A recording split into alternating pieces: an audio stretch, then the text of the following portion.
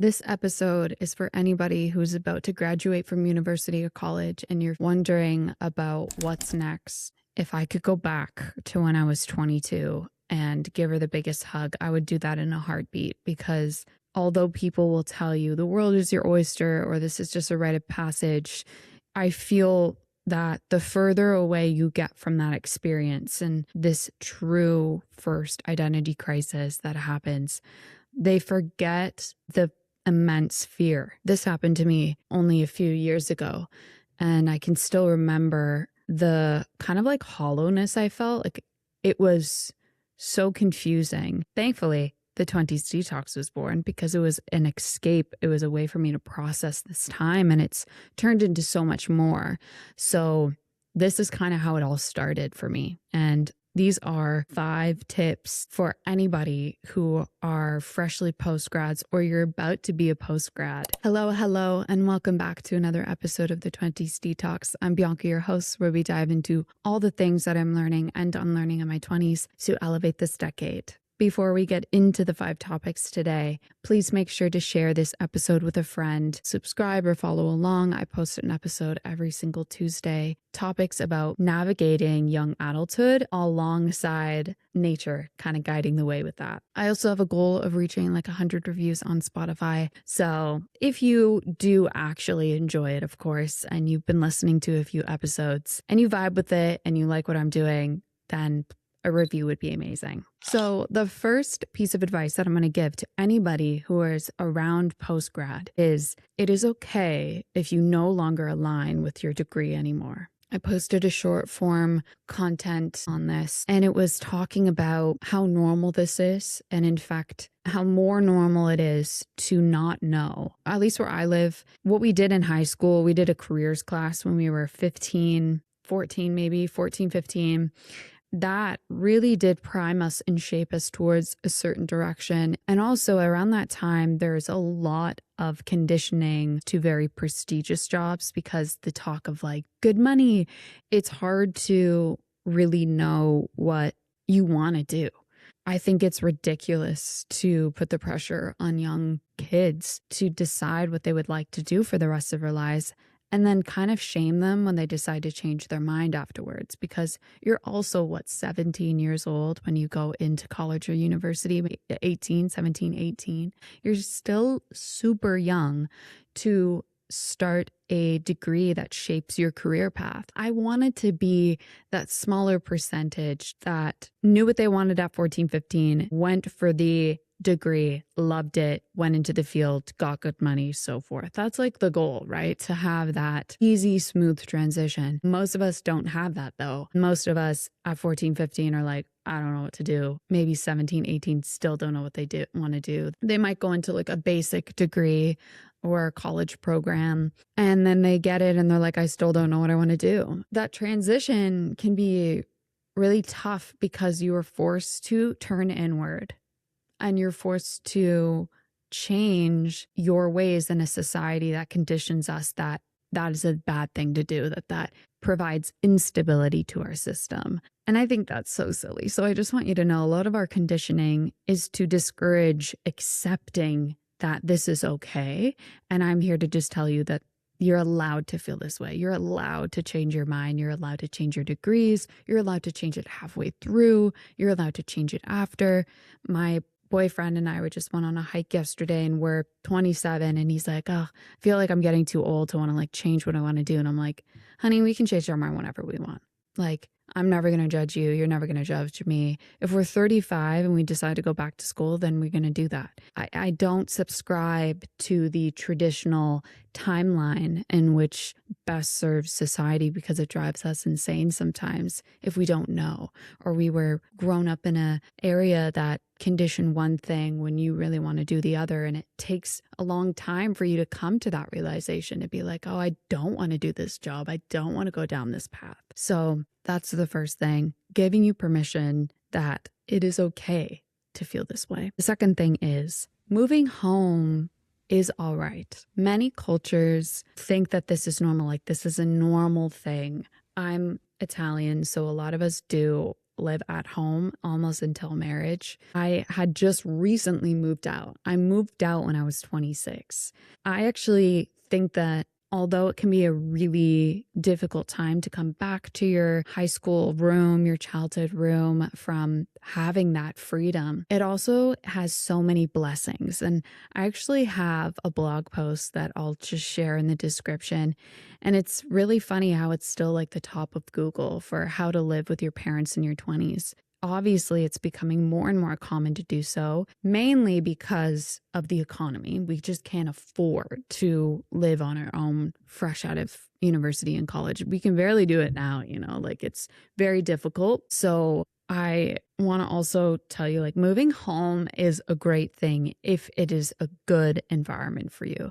Was it easy for me the whole time? No, definitely not. It's not always going to be easy, but the biggest benefit is finances. Of course, there are so many gray areas. Some people are raised in families where you're expected to contribute financially quite a lot. Maybe it is an unhealthy family environment and it just doesn't benefit you in the best way. I think you need to use your judgment there. Some people will be like, it's a wonderful thing to come home. For me, it was good. It was a good thing for me to come home and figure out more what I wanted and had the ability to save up a little bit of money versus spending it all and kind of making a negative net of money, honestly. It's sometimes good to take that risk for yourself if you know going back will not be for your best interest. It's sometimes okay to just take out the loans and do it on your own and build that path if you know that that is going to be the better option. My friend always tells me, choose your heart. Every decision is going to be a little bit difficult. There's always going to be sacrifices. It's not always going to be the best thing for you. And I think sometimes a good old pros and cons list is going to help you out there and realize that you are choosing your heart. You know what this is going to entail, and you know that there's going to be difficult parts of this, but also positive parts of it. So around living at home, completely okay if that is something you feel is right for you. And also if it isn't, figure out ways of supporting yourself there.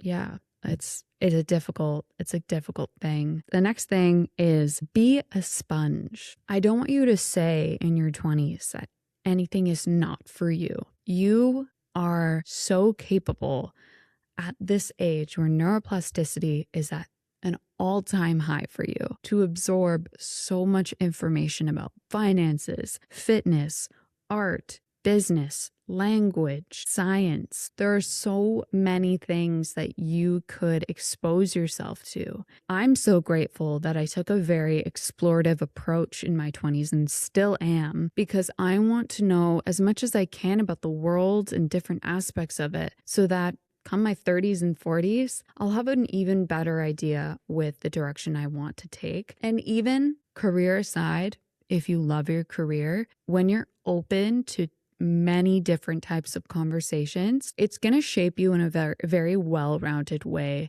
for being better equipped with this world. Politics as well. Politics, I never really paid attention to in university or before then. Finances as well. Finances slightly, but not really. Now I am trying to just be open to anything. And it's okay to also look dumb. It's okay to be like, I don't know anything, and ask questions. I really, really encourage any of you to just have the humility to ask questions and have the humility to look dumb, because you having that courage to look dumb now will allow you to be 10 years down the line the person that will be giving the advice, because you were able to do that. Every single person started off as a failure, looking silly, not really knowing what they're doing. But I love being able to say I am open to so many different types of conversations with different types of people, different cultures. That way I'm able to have this vast knowledge to formulate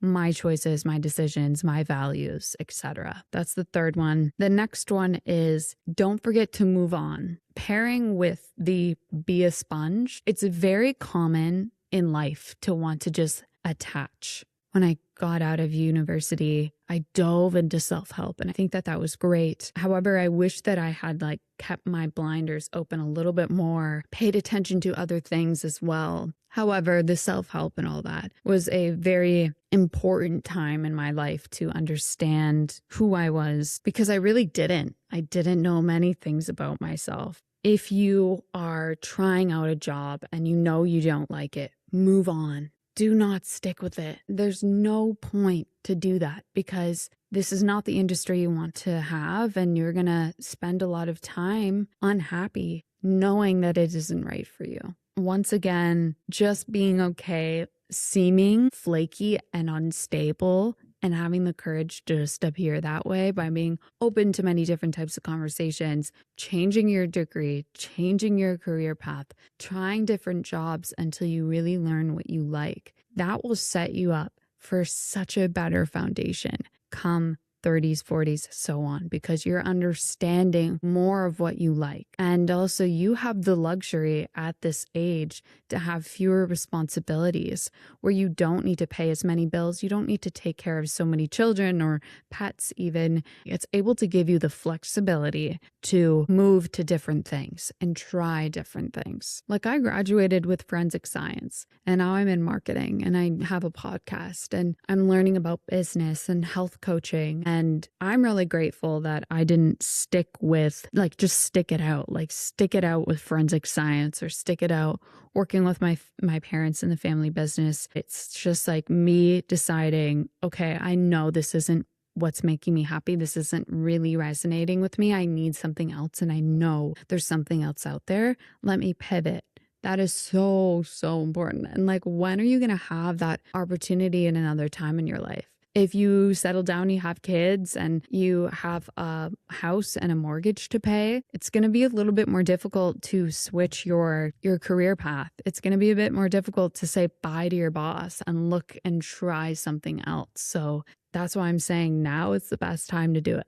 Literally right now. And lastly, my sister just told me she did this free course about getting jobs, basically, because it's no secret that college students and post-grad students have a harder time finding jobs than ever in history. And the one thing I would do to just encourage you from what I know, what my friends have gone through, and what we've learned, is connection and networking is key. You want to spend more time networking and connecting with people than you want to spend online looking for jobs. My sister said when she took this course, they were told that 90% of jobs now are through connections, not online. So if you are interested in trying a job out or going down a certain pathway and you want a door to open you in that area, network.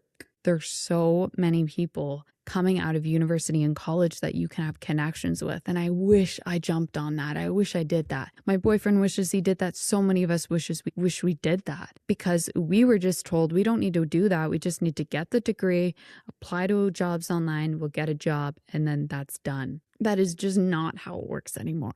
Because of job vacancy being all over the place and fluctuating so much, a lot come all at once and then they disappear because of transitions in the business world, really, and in tech world, with AI taking over and replacing some jobs. And I mentioned this in another podcast episode that we're not really in a situation where we're losing jobs. We're in a situation where there's a transition in jobs. However, the transition is quite slow.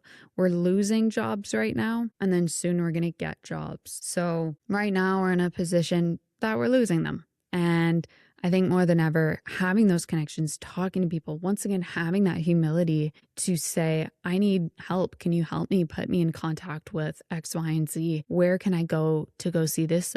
That will definitely help you way more than staying proud and thinking, I have this degree and I have this knowledge. That is going to do you a massive disservice.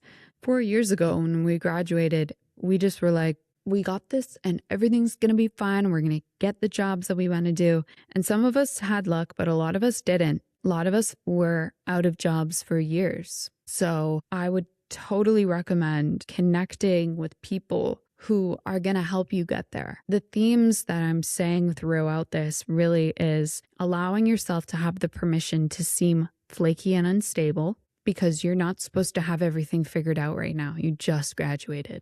Actually, none of us have it all figured out, but allow to seem flaky, allow to seem unstable. It's okay to change your mind. It's okay to try and do different things. Don't be fooled by what other people want you to do, because we have all been conditioned in this life to prioritize stability over anything. Stability is the best thing, the best piece of resource for the system so that things keep running smoothly. We're not supposed to be these robots that fall into a slot to serve society. We're supposed to have independent thinking. We're supposed to align with what we want to do, because when we decide that we are going into something with full autonomy and full knowledge that this is more right for us, then we are going to be better workers. We're going to be happier, and everything around us is going to be improved. But we don't do that to ourselves. We don't encourage that.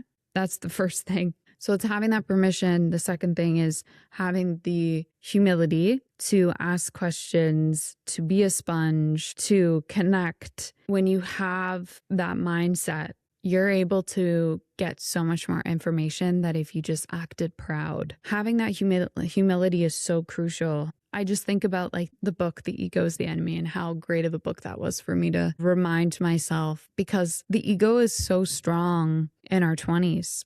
The ego is going to be the strongest ever when we are most capable to support society, and it's going to be at its weakest when we're less capable to support society. So you think about how the ego is the strongest in this like little bell curve for people in their 20s, 30s, 40s, 50s mainly. And then it tapers off come elderly and children. And sometimes it's important to be aware of that, because with ego, strong ego, comes high pride. And that pride can be blinding and actually stunt so much of our growth and authentic choices. I just want to remind you guys that it's okay to not know. Like, it's okay to be confused. Allow yourself to just be confused. Allow yourself to be messy. You don't have to be the most put together person in the room. You don't have to be the person that has all the answers. You don't have to know right now. I would just stay open. Keep your blinders open and pay attention to what really interests you, that stays with you. And you'll know that difference, because when we were young and a lot of us went into potential areas of school that supported prestigious jobs, some of us didn't actually go into that for the purpose of being really interested in that field and wanting to help people or learn deeply about what this craft is about. A lot of us were just told it's a great way to make money.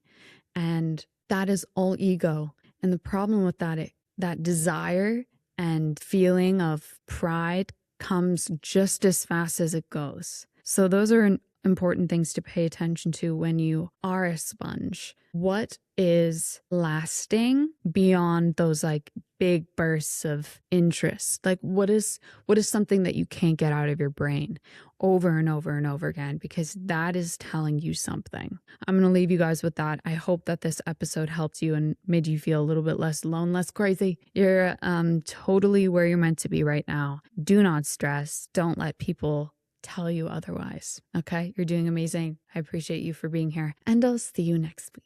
Bye.